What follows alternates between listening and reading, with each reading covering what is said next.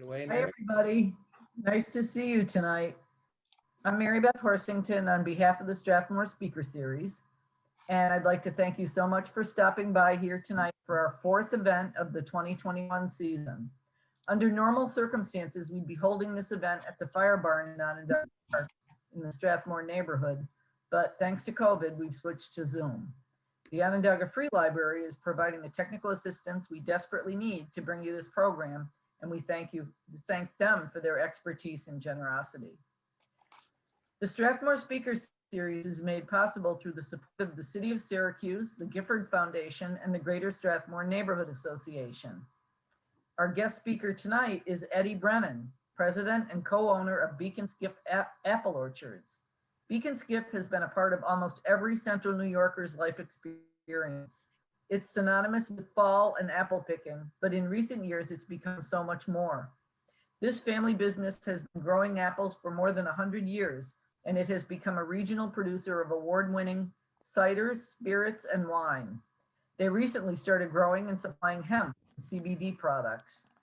After Mr. Brennan's talk, there will be a brief question and answer session, so be sure to stick around to the end. And now, please welcome our speaker, Eddie Brennan.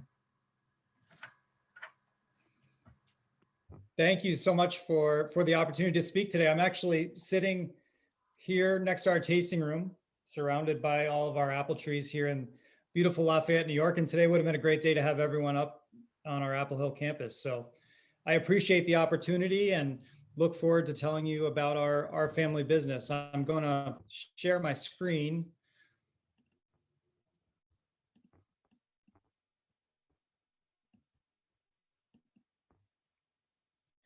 And going to kick it off. And really the topic of the talk is just 5 generations and still growing and really surviving through hard times, learning how to grow through innovation, partnering, surviving a family business, and everything we've been able to do through the hard times and the good times to keep our family business thriving. As you look at family businesses, only 99% of businesses make it to the 4th generation, and to be able to, or less than 1% of family businesses, let me say, make it to that 4th generation. And to be able to make it to the 5th generation has been a huge honor for our family. And we just embarked on our 110th year in business. And I look forward to, telling you what's worked, what hasn't worked, and how we have continued to grow. So really, we operate a complex business here at Beak Skiff across a lot of different businesses, but everything for us begins in our orchard. That was how it was in 1911 and how it remains today. Everything we do starts with the land, and everything we do here has to go back to being able to protect our 1,000 acres, whether that's spirits or hard cider or some of the CBD and hemp businesses we're getting into. It's all about how we maintain our land. And that is what's most important to us. And that's what we want to really provide to that 6th generation. And we do that through a lot of different means. I want to talk about the history of the business. I'm highlighting some of our family members here, but a lot of leaders in this business, have Beak or Skiff last names. And my last name's Brennan. I'm on the Skiff side of the family. So my grandfather, who's in the middle, Marshall Skiff, had 5 daughters.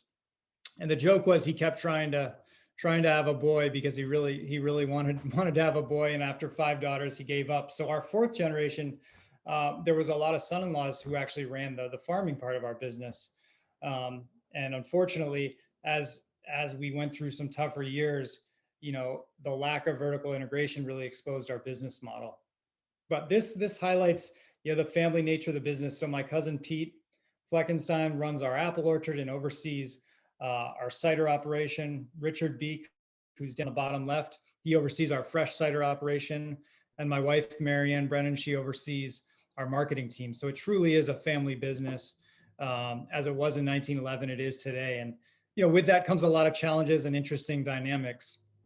But at the end of the day, we all share the same mission of trying to pass this business on to the next generation, which has been our mission. So how have we survived and been able to grow throughout the years? For us, it's really all about how we vertically integrate our company. And when we talk about vertical integration, as I said, everything really begins in the orchard with an apple tree.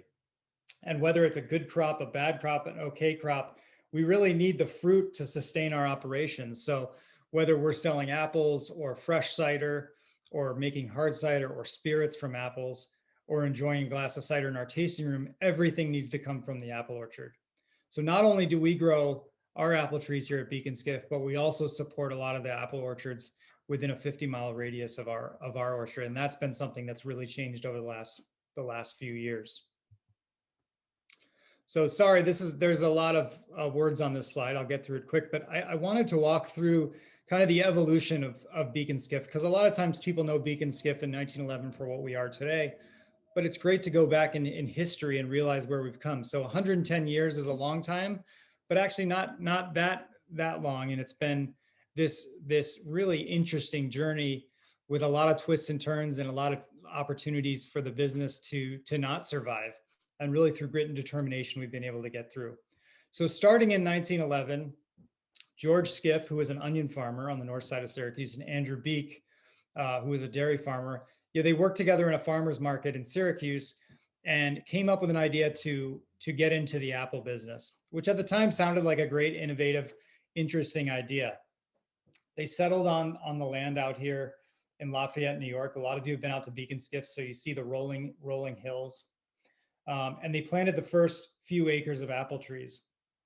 Now, what was the big challenge with that was, when you put an apple tree in the ground, you typically will buy a tree when it's about a year old from a nursery. Back then, they actually had to plant the seeds. There weren't nurseries around. So by the time you put a seed in the ground for an apple tree, till the time it's actually bearing any meaningful fruit, it's about 6 years.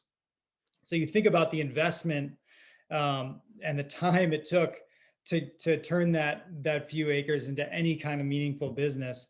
They still really needed to support themselves in the farmers market, and it was a really 10-year process of learning the business and coming back to the valley that they learned how to grow. But the soil out here in Lafayette is great for apple growing. So a lot of shale beds here. The climate's perfect, so really cool nights in the spring. Not too cool, we don't want frost, but the apple trees really seem to thrive here. But it's a very, very challenging business, and it was slow and arduous. The first real revenue for Beak Skiff came in the form of selling our fresh apples to grocery stores. But if you go back into from the 1911 through 1920s, refrigeration was a real challenge, and there wasn't a lot of refrigeration. We didn't have the competition from, imports like we see today. But at the end of the day, apples were still a commodity. And that's really the story of Beak Skiff for the first 50 or 60 years, is really being trapped in this commodity business that was okay to be in for the first 50 or 60 years of the life, but where the business really got into trouble in the 70s through 90s is not being able to compete with some of the bigger growers across the country as the Pacific Northwest really came into production. And then also China and Europe started to import apples into the United States. Those posed some real challenges for our business. The biggest threat to Beak Skiff at that time, however, was Prohibition.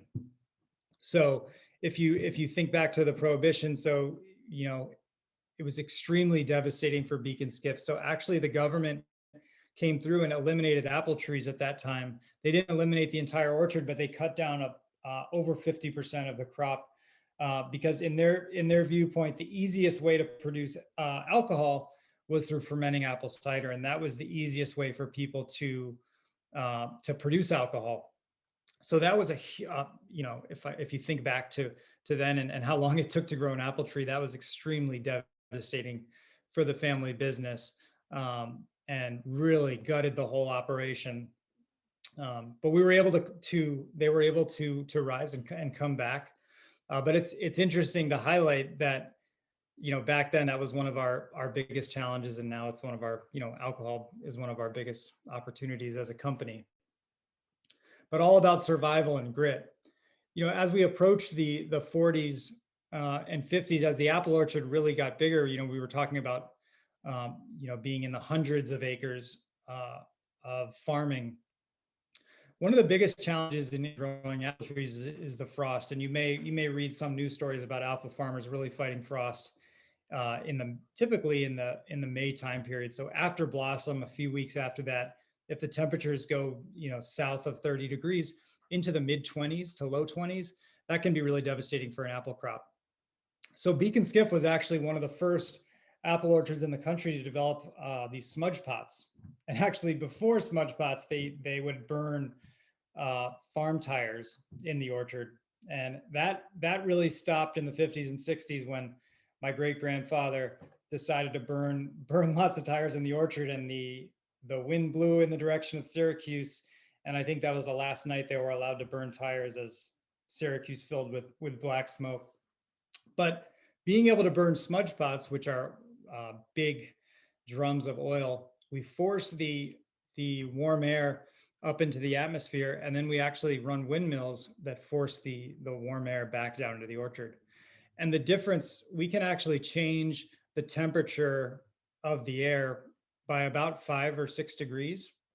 And that can be the difference when you're looking at a 20 or 22 degree threshold, the difference between having apples and having no apples. So even still to this day, we still use smudge pots and we use windmills to fight frost. And typically there's 5 or 6 nights every year where the team's out there all night trying to monitor what's going on in the orchard. So it's amazing that technology that was really developed in the 50s, we still utilize today, which is really rare when you look at technologies. And then irrigation was the other big development in the 50s and into the 60s. Apple trees, when you get into the summer months, really require a lot of water to get into their root beds to be able to produce a meaningful crop. So they developed a system of irrigation here using really metal pipes that they would drag throughout the orchard. Now we use drip tape, and it's way easier, but they were really one of the first farms that was able to develop that. So we're really proud of our innovation story and being able to say we really innovated throughout the apple business, and the innovation journey really started early on. This is just some images of my grandfather, Marshall. These are actually, we have some images of the first trees ever being planted at Beak Skiff, which is really cool to have back in the archives. And you can see how rudimentary it was and how challenging. They're literally digging by hand now. Everything's done with tractors. And you can see the apple bins they used to use. They used to use wood crates to move the apples.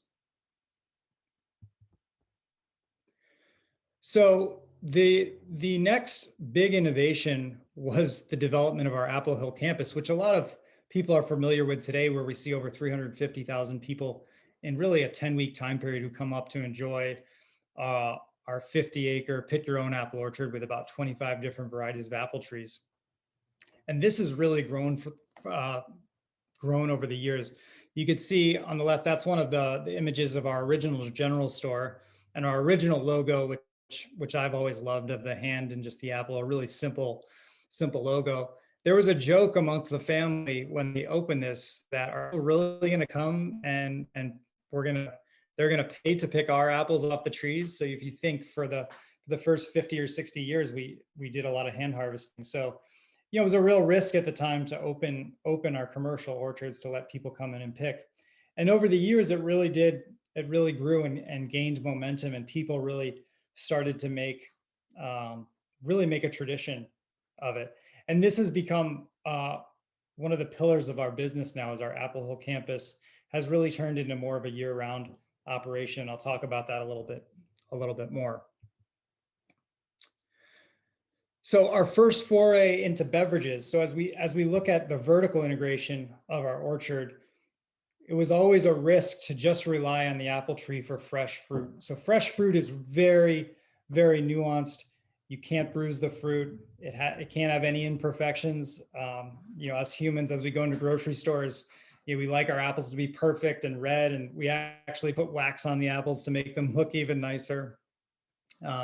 And that's just how it's been over the years. But 50% of an apple tree really doesn't go to grow into the fresh market. whether there's a blemish or it's too small or too big, or the color just isn't right on the apple. We really judge these poor apples. So we were able to develop a technology with Cornell University to press our apples and produce fresh cider.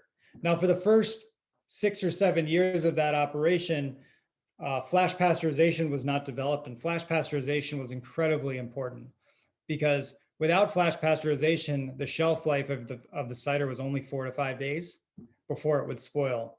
And that really limited the ability for us to sell this in grocery stores or in other channels of distribution. So at that time, it was really for on-site consumption at our Apple Hill campus. We partnered with Cornell University in the late 70s to develop the flash pasteurization method, which really heated the cider up at a high temperature of 165 degrees, held it for 10 seconds, and then immediately cooled it down. So there was no degradation in the taste profile, but it killed any of the pathogens or pectin or bacteria that could potentially be harmful to people. And that was one of the biggest, most revolutionary things that ever happened in our business, because that took the shelf life of the cider up to 90 days. And that really opened the world to Beak Skiff to be able to ship our cider down into, whether it was New York City or Florida or South Carolina, we could really get our cider out to the masses. And that really breathed a whole new life in our apple orchard, allowing us to utilize such a broader part of our apple supply. So that really through the 80s and 90s was what Beak Skiff was. We were an apple orchard, a fresh cider operation, and then we had our Beak Skiff campus open for 6 to 8 weeks a year. Fast forward to one of the biggest developments in our company's history was the development of the craft, really the craft distillery, craft brewery, craft winery, and craft cider licenses that were granted by New York State, which basically said at the time, as long as you grow your own fruit or source 100% of your fruit from New York State, we will grant you an alcohol license. And for us at the time, this was a huge development. We set up shop in a small garage, which unfortunately I don't have pictures of, but it allowed us to vertically integrate to that next level, which was taking our fresh cider and turning it into hard cider. And for us, this represents the first time we were able to break out of a commodity business, because while fresh cider was a huge development for us in the 70s and 80s, by the time the 90s came around, it was really still a commodity. Brand wasn't as important as you left New York, and it was a race to the bottom in terms of pricing, and became a real challenge for Beak Skiff. It was also very seasonal, so only really made any type of business sense in the September and October time period when apples were really on people's minds. Hard cider allowed us to completely break out of that, break into a new category where brand really mattered. And this represents the beginning of the rebirth of Beak Skiff, and says a lot about where we are today. Brand matters, the marketing matters, what's in the product matters, and we can command then a higher price point. Where if you took a typical gallon of fresh cider, that gallon would represent maybe 50 or 60 cents to Beak Skiff in terms of revenue. When you look at that same gallon turned into hard cider, it turns into maybe between $4 and $5. So a huge sea change. And at the same time these licenses were being granted, the gluten-free movement really was taking off in the United States. So we were able to really piggyback onto this gluten-free movement. And we also, if you remember, Beak Skiff in the 80s and 90s was still a very important destination in central New York. It wasn't what it is today, but people still came. So we had a really captive audience, and we were able to put this new brand in front of people. And it was actually called Beak Skiff. We made apple wine and cider for the first few years just under the Beak Skiff brand. And as we got together, we really wanted to create a separation between Beak Skiff and 1911, because we really wanted to keep that family feel for Beak Skiff and create an alcohol division for 1911 that could speak to our history, highlighting the 1911, which really, talks about our history, but also allowed us to have a different voice. And 1911 for us is our modern voice. It's our way to really compete in that craft beer, that fast, innovative business where brand matters and art is important. So we have this is the voice of our company, and allows us to really reflect on the fifth generation and what our intentions are. There's a few things that really separate 1911 from the other hard ciders in the country. And now 1911 has gone from being a great local brand in central New York to now we're in the top 5 or 6 brands in the country. And we're only distributed in about 15 states. But what we do is we use 100% fresh cider. And actually, you would think that's normal in the hard cider business, but it's actually the anomaly. There's not a lot of people that actually use 100% fresh apples. And most people, what they do is they buy concentrate. Nothing wrong with that. It's just a completely different method where you can source concentrate from China or Europe, and you can reconstitute that with sugar and water and create a hard cider. Everything we do, we use 100% fresh apples, which is great, and the taste profile is amazing, but it also poses another set of challenges in that we need to be able to source fresh apples 365 days a year. So in order to do this, we had to build these large controlled atmosphere rooms in our company that allow us to take apples in September and October, put them into these rooms where we seal the rooms up, we suck all of the oxygen out of the rooms, and then we pump nitrogen into the rooms. And that allows us to keep these apples, if we need to, right around, being able to be pressed up until 8 or 9 months. So that for us has allowed us to keep our integrity. And it's always, for us, the difference between using fresh cider and concentrate, there's a huge cost savings to going to concentrate. But for us, it's all about our image and maintaining what makes us different. And what makes us different is actually owning an apple orchard, having our history. And that all leads back to using fresh cider. So that's just an example of us, really sticking to our roots and utilizing our apple orchard. This is one of my favorite pictures that we've ever taken. It really highlights the brands. So the final path in our vertical integration journey is actually using hard cider to turn it into spirits. And we actually made spirits around the same time we made hard cider, but over the last few years, we've really developed this category. And while our hard cider is in 15 states, we still keep our spirits small batch in New York State, and it doesn't travel out of New York. We have a lot of demand outside of New York, but we really want to keep it close to home. But similar to hard cider, we really develop and come up with new flavors and innovative designs, and we try to really push the boundaries with the spirits. Honeycrisp was something we developed 3 years ago and has become over 70% of our entire spirits business. So people really have gravitated towards that. We actually save Honeycrisp apples, we press them, and then we ferment them into hard cider and then distill it into our Honeycrisp vodka. And it's become this amazing phenomenon that's grown. 3 years ago, we got into the bourbon business, which was our first product that really wasn't apple-based. We used 100% New York malt, grain, and corn to create the product. And a year and a half ago, we released our first ever 2-year bourbon whiskey, which was really exciting and a different path for us. We aged all the barrels in-house in our rick house, which if you've been up to Apple Hill or Beak Skiff, it's right next to our distillery with the great view. All our barrels age there, and we keep it really small batch.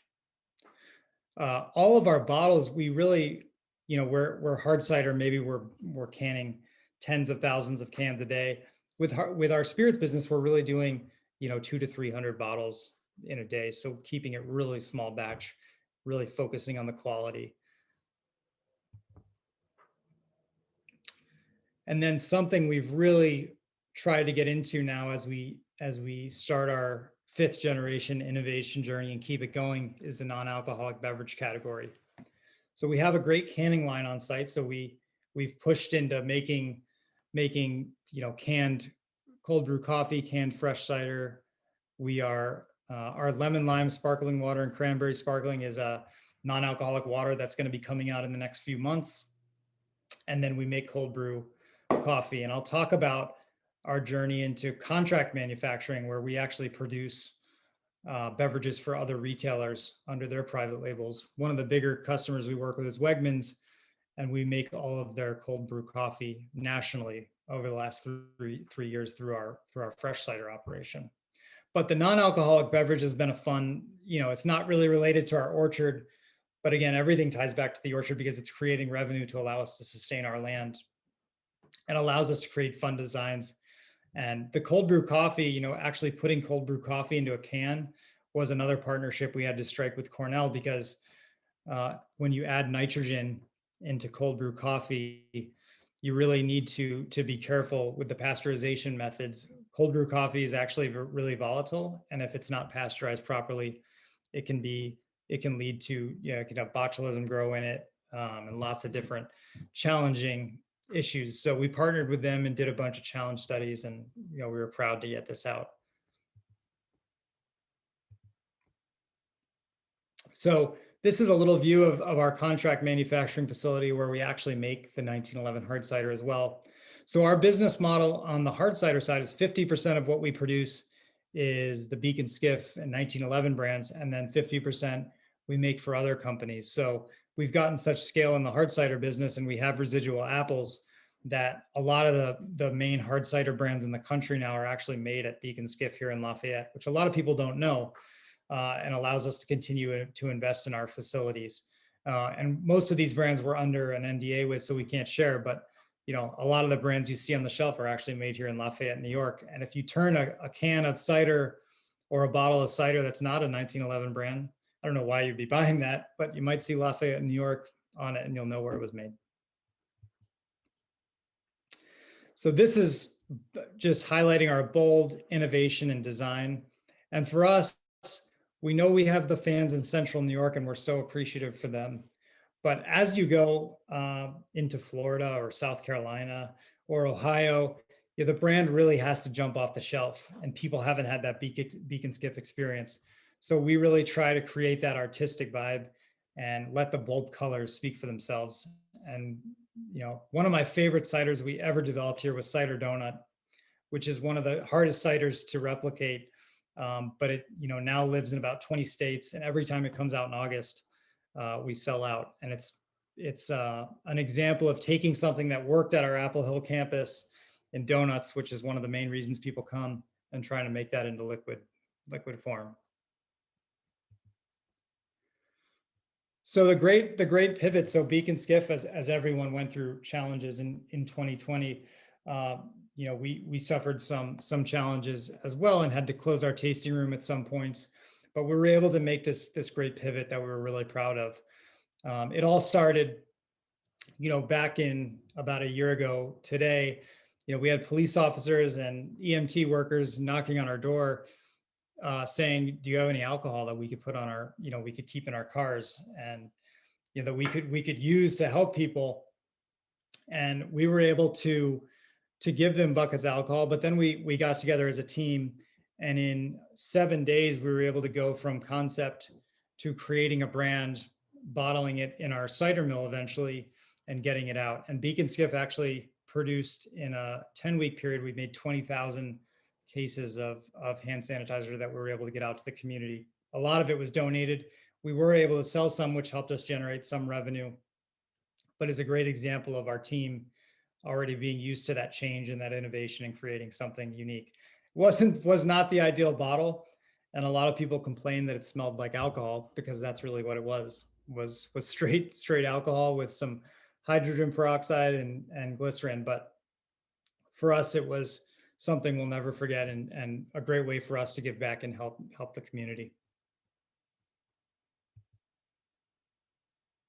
So just a bit on our fifth generation and what excites us.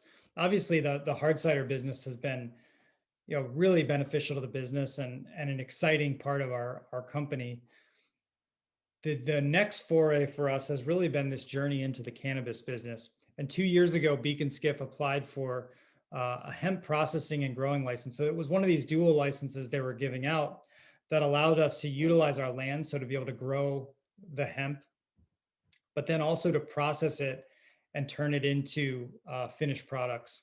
So very similar to what we do in the hard cider business, we were able to apply this concept into the cannabis business, which for us was a way for us to, integrate this crop into our land. So while we have 1,000 acres here, only 700 currently are dedicated to apples. So, and hemp, believe it or not, grows really well in New York State. And while you plant an apple tree and it takes 6 years for it to get to full maturity, you plant hemp in the spring, and by the time you hit September, you have a full crop. It comes with a whole nother set of challenges in terms of harvesting, drying, trimming. But for us, it's really been this beneficial crop. The first year we grew about 3 acres, and then last year we scaled all the way to 20 acres. What's great about hemp for us, it's a similar harvest time to apples. So September and October, we can utilize our workforce to come through and harvest the hemp. We dry it, and then we built, there's an image here of our hemp house right next to our distillery. So what's really interesting about our hemp house is the way you extract the CBD from a hemp plant is you introduce ethanol to it. And you basically put it in an ethanol solution in a bath, and it looks like a washing machine. It spins it, keeps spinning it around. But we actually are able to make the vodka or the ethanol that goes into this process right next door, and we send it into our hemp house. So, just another example of 2 business units working together. We extract the CBD, we turn it into what we call Cbd Distillate. And when it's in a distillate form, it's about 80 or 90% CBD, and then we can integrate it into finished products. So really, over the last 6 months, we've launched our Beak Skiff Research division. And Beak Skiff Research is starting in the CBD space with aspirations to get into the recreational marijuana space, which there's been a lot of exciting news on that over the last few weeks here in New York State. It's going to take about a year to 18 months for that to get sorted out with where the direction is. But meanwhile, the CBD business allows us to really experiment, get to learn the plant, learn the extraction methods, and really develop a fun portfolio of products. So Beak Skiff Research for us is a completely new business model, steeped in tradition, brings all of our expertise with design and development and vertical integration, and allows us to enter the space. And we're really, really excited about it. So we do tinctures. We've come out with a line of balms and chewables. And the most exciting development in the cannabis space for us has been being able to get into the beverage industry with cannabis. So we came out with our CBD sparkling water a few months ago, and this was the first ever organic CBD beverage to be developed in the United States. And that was a big accomplishment for the team and something we'd been working on for 2 years. So to be able to make an organic CBD distillate is a very complicated process. You can't use a lot of the agents, heptane and pentane that a lot of the extractors use. We were able to develop a method where we didn't need to use that, and we used our organic distillate to create this. So this product poses a whole nother set of challenges in that retailers are scared to carry it because federally cannabis is still recognized. It's still illegal and not recognized. And Beak Skiff has had a lot of challenges trying to get into the space.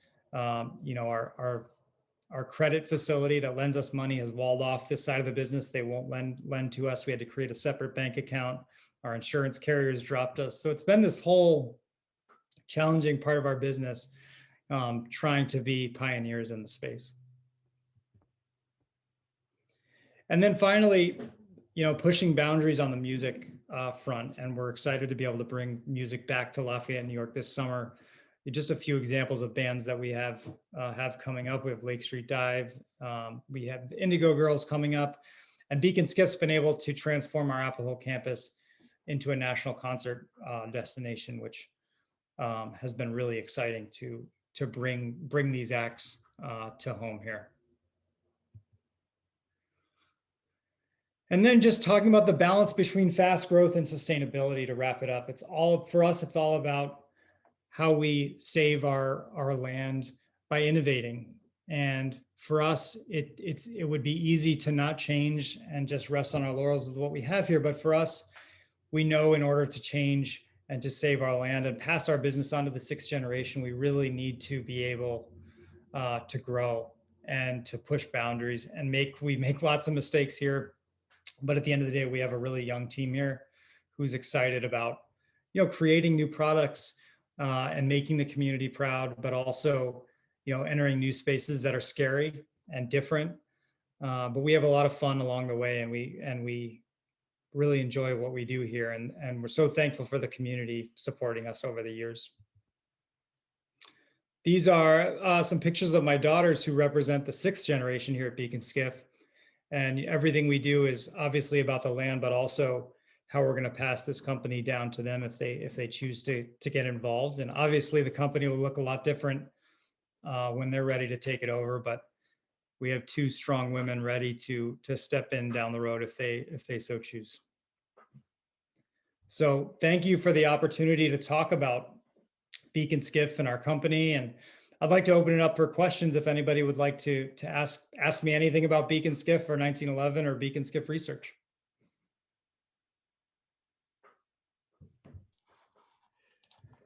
Yeah, so if you want, just put your questions in the chat.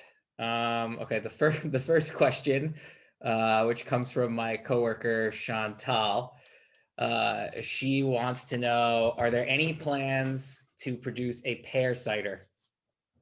That's a great question, because every week we have our cider tasting panel and we do innovation, and every week somebody brings up pear cider and it has not gotten over the finish line, but it's on the list. I think it's in the top 5 at this point. So I would say yes, the plan is to bring out a pear cider, hopefully soon.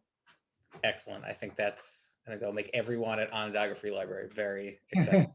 Also, I just wanted to say too that since Onondaga Free Library used your hand sanitizer, and I think Alyssa, who my assistant director, can correct me if I'm wrong, we just want to say thank you for providing that for of course, for everybody here. Central New York appreciates the getting in to help out in that space. Our next question comes from Kathy DeSantis, and she wanted to know, are you using drones instead of bees to pollinate your apple trees? Yeah, that's a great question. It's amazing how reliant we are still on bees here. And typically the first or second week of May, we bring literally a tractor trailer load of bees comes into Beak Skiff, and we take all the hives and we place them throughout the orchard. And what's amazing is they all fly back to their hives.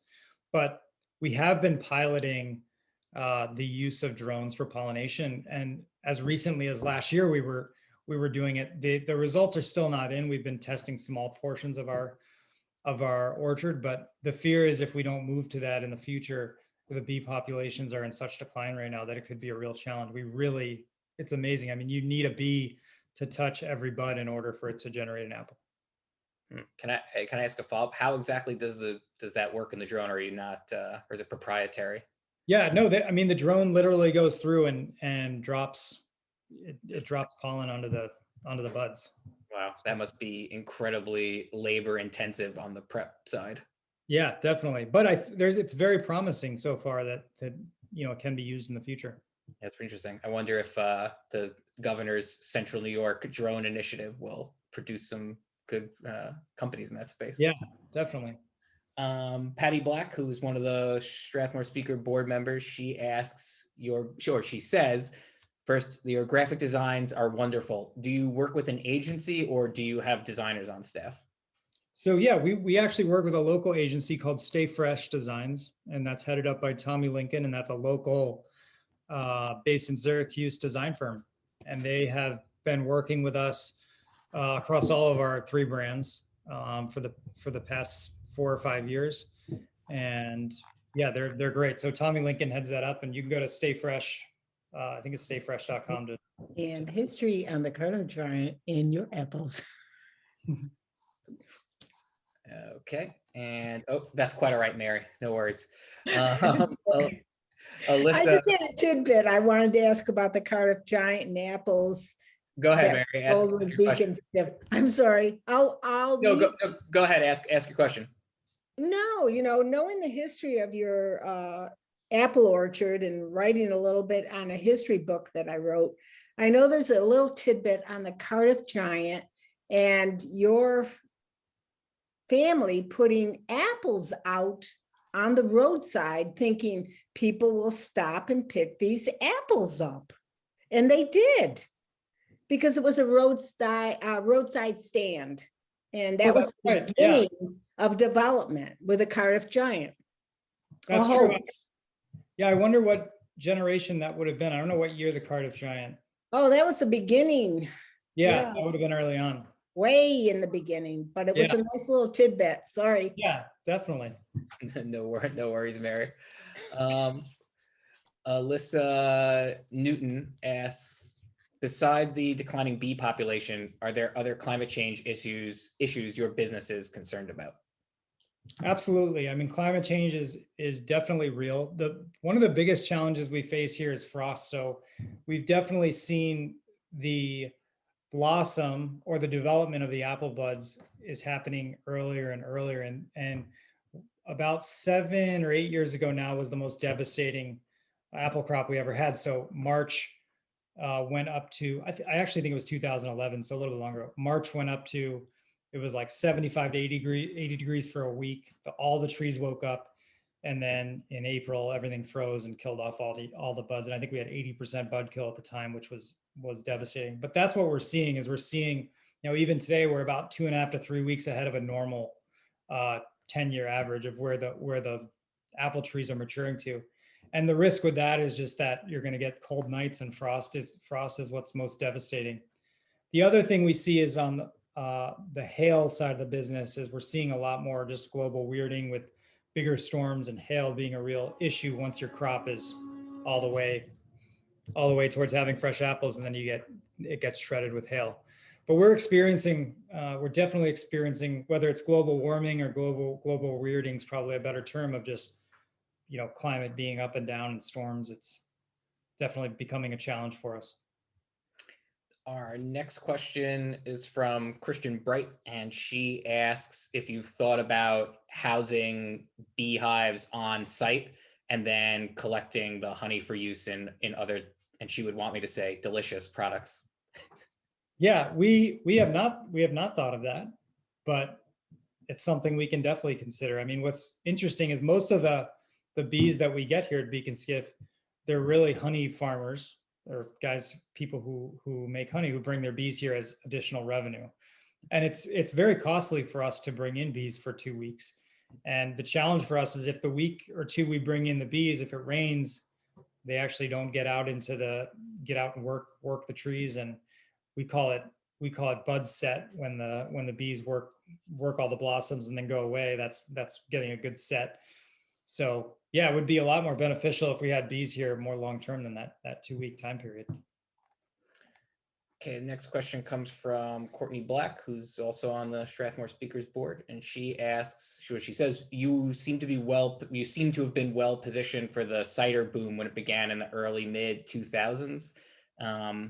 Did you have any indication that this was coming, or were you responding to something else, like the rise of the gluten-free movement? Yeah, it was actually really fortuitous timing.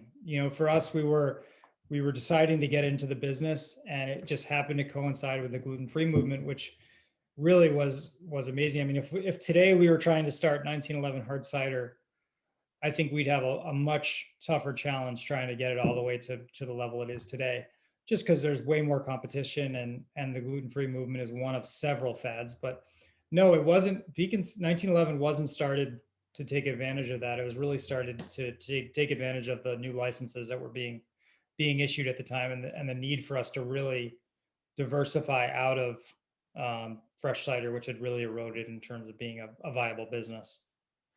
This is me asking the question, when you in the other states that you distribute your product in outside of New York, do you advertise differently, or do you also pivot back to the history, and do you find that generates more sales even outside the local region?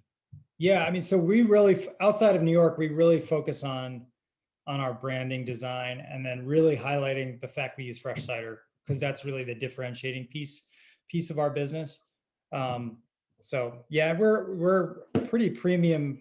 A 4-pack of our cider on the shelf is $12.99. So, it's at the higher end of the spectrum. So people really understand the value they're getting using fresh cider. But yeah, it's a bit of a different marketing message. I mean, so much of our communication now on our branding is through social media. So really being able to target those specific markets. The next question comes from Garth, and Garth, I apologize if I pronounce your last name wrong, Coviello. And he says, you have fantastic facilities in Lafayette that draw people from all over. Do you have any facilities in the city, or has there ever been any talk about expanding with any facilities into the city? Yes, there's been a lot of discussion on how we get ourselves positioned into the city or another area. So one of the great things about having a farm cidery license is you can actually have 4 satellite locations. So technically one of our satellite locations is our tasting room. So that would leave, 3 other locations. And, we were actively looking for a space in downtown Syracuse as recently as last year. And obviously the world collapsed. So we pulled back and didn't do that. But yeah, we have aspirations to open try to open a satellite tasting room. We like to think people come to Beak Skiff often, but the reality is a lot of people are coming one time a year to pick apples and have a fall experience. So to have something in a market be more accessible, definitely. The next question comes from Dawn Frantis, and she says she recalls that there was a barn fire last summer. Yes. Has the barn been replaced, and in what capacity location? Yes. So we did have the barn literally burned down last summer, right before fall, which was bad timing. But it is probably 80% complete at this point, and it's being rebuilt in the same exact location. And we are actually going to make it nicer, and we're going to add this large deck onto it, and it's going to be renovated and looks really nice. So about 80% complete. We're hopeful by early May it'll be completely finished. So yeah, kind of a crazy fire. It was caused, they say, by spontaneous combustion. We had been sanding tables in the room, and there was turpentine.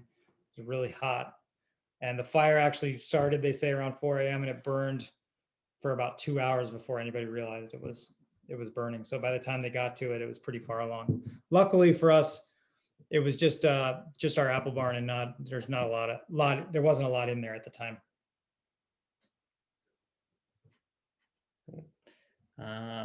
If we have any other questions, just gonna wait and see if anybody else has anything else to add.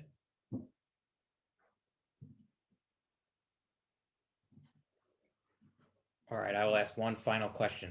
How is the partnership with Cornell work? How do you guys do that? Do they receive any benefit from the partnership, like financially or anything like that, or they're just like science advisors? How does that work? Yeah, it's more of a knowledge share. So sometimes we're helping them, other times they're helping us. And actually, Cornell has a division through the New York Wine and Grape Foundation where the New York State supports them with grants. So they're incentivized to really work with local breweries or cideries, and they do a lot of our analytical testing on the alcohol side. And yeah, it's just been a great partnership. I think we help each other about equally, so it works out. But yeah, New York financially supports them. Cool. Okay, so I missed a few questions. I apologize. So another question is, how many people do you employ? How many are full-time, part-time, and what percentage are family members?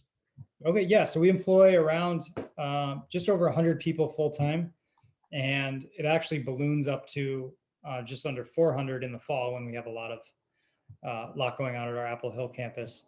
And currently it's about five family members. So, in the past it was a lot more, but now it's a much smaller number, but equally represented between the Beak and the Skiff families. The next question is from Samuel Gruber, and he asks, has your workforce suffered from COVID, and were you able to get vaccines in a timely manner for your workers? Yeah, no, great question. Beak Skiff was incredibly lucky to be in the right industry, in that we were in the alcohol industry, and our distribution is heavily weighted towards grocery stores, which obviously remained open during the pandemic. So we were able to continue to sell our products. Our tasting room really suffered in we probably did about half the business we typically do in a fall season. So that was slower. And on the vaccine side, it's been interesting because anybody who wants one, I believe can get one at this time, but we are dealing with a little bit of resistance on our production facility of people resisting to get it. So we're kind of deciding, should we try to incentivize our employees to be getting this? Obviously we think it's important they get it, but it's interesting as an employer to kind of go through this and obviously respect people's decisions, but also try to give them that extra push to get it done. Okay, Diane Morgan asks, was the flash pasteurization 10 minutes or 10 seconds? 10 seconds. If I said 10 minutes, that was. No, I think you said 10. I think you said 10 seconds. Yeah, on the hard cider side, we actually we do another pasteurization, and that's more like 4 or 5 minutes. It's a different method where it goes through the tunnel for 4 or 5 minutes. But on the fresh cider, yeah, it's 10 seconds. Okay. If you have any other questions, put them in the chat. I guess I will ask one other final question while I wait to see if anybody else asks anything. If you had advice for anyone who's listening that was thinking about starting their own family business in the Syracuse area, or just thinking about entrepreneurship generally, what would you say that they should think about if they wanted to excel? Maybe not to 110 years of Beak Skiff, obviously, but just how do you get it off the ground and try to be competitive? Yeah, well, on the family business side, it's important there's clear roles and responsibilities. And, sometimes you see in family businesses, there's multiple people in charge. And, for us, it's always been important to have one president and one voice through the company, which has been challenging. And, I've had to fire family members over the years. So if you're not willing to have the really tough discussions and do that, it's hard. So it's hard enough to work with friends, but when you bring family into the business, you've got to have Thanksgiving dinner with the same people you work with. It can be a challenge. And on just the entrepreneurship side, for us, it's been all about thinking outside the box. But it's most businesses fail, and it can be a lonely journey. And don't be afraid to take risks and try new things. And for us, we've always had the stability of the community and Beak Skiff rallying around us, which has been really what's driven us forward over the years. But I would say, take risks, think outside the box, and if people are already doing it, then maybe it's too late. So try to start something new and different. Okay, now the every time I say the final question, other people chime in with questions. So these are going to be the last two questions Sure. from Mary Beth and Courtney. And they ask, Mary Beth wants to know what's your most popular apple, and Courtney would like to know what's your favorite product that Beak Skiff makes.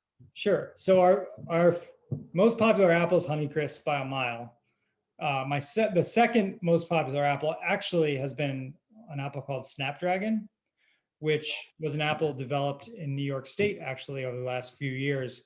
And that has become a really interesting variety. And it's cool. You can only grow it in New York State. But Honeycrisp, anything we put Honeycrisp on, the joke here is it's going to sell. People just really gravitate towards that.